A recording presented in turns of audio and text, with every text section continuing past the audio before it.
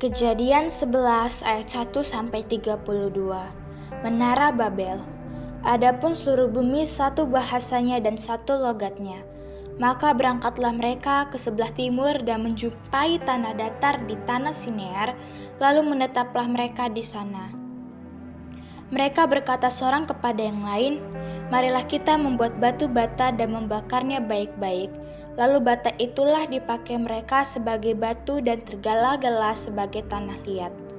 Juga kata mereka, "Marilah kita dirikan bagi kita sebuah kota dengan sebuah menara yang puncaknya sampai ke langit, dan marilah kita cari nama supaya kita jangan terserak ke seluruh bumi." Lalu turunlah Tuhan untuk melihat kota dan menara yang didirikan oleh anak-anak manusia itu, dan Ia berfirman, "Mereka ini satu bangsa dengan satu bahasa untuk semuanya. Ini barulah permulaan usaha mereka. Mulai dari sekarang, apapun juga yang mereka rencanakan, tidak ada yang tidak akan dapat terlaksana. Baiklah kita turun dan mengacau balaukan di sana bahasa mereka, sehingga mereka tidak mengerti lagi bahasa masing-masing."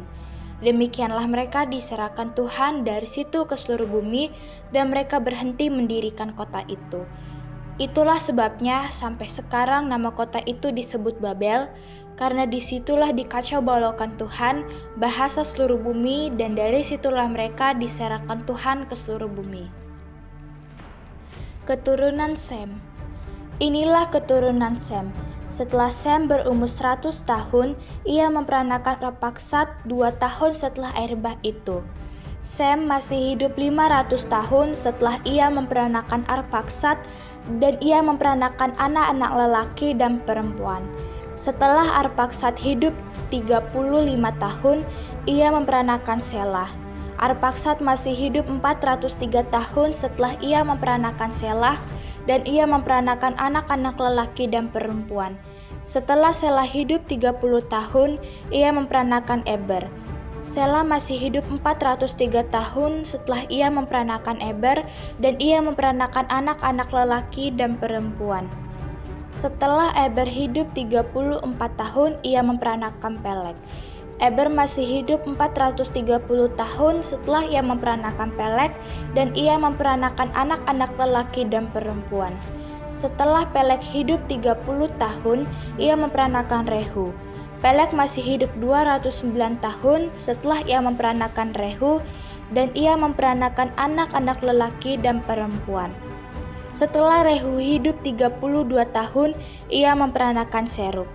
Rehu masih hidup 207 tahun setelah ia memperanakan Serug, dan ia memperanakan anak-anak lelaki dan perempuan.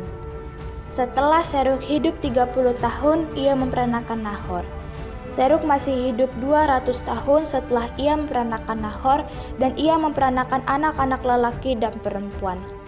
Setelah Nahor hidup 29 tahun, ia memperanakan Terah. Nahor masih hidup 119 tahun setelah ia memperanakan Terah, dan ia memperanakan anak-anak lelaki dan perempuan. Setelah Terah hidup 70 tahun, ia memperanakan Abram, Nahor, dan Haran. Daftar keturunan Terah. Inilah keturunan Terah. Terah memperanakan Abram, Nahor, dan Haran memperanakan Lot. Ketika Terah ayahnya masih hidup, matilah Haran di negeri kelahirannya di Ur-Kasdim. Abram dan Nahor kedua-duanya kawin.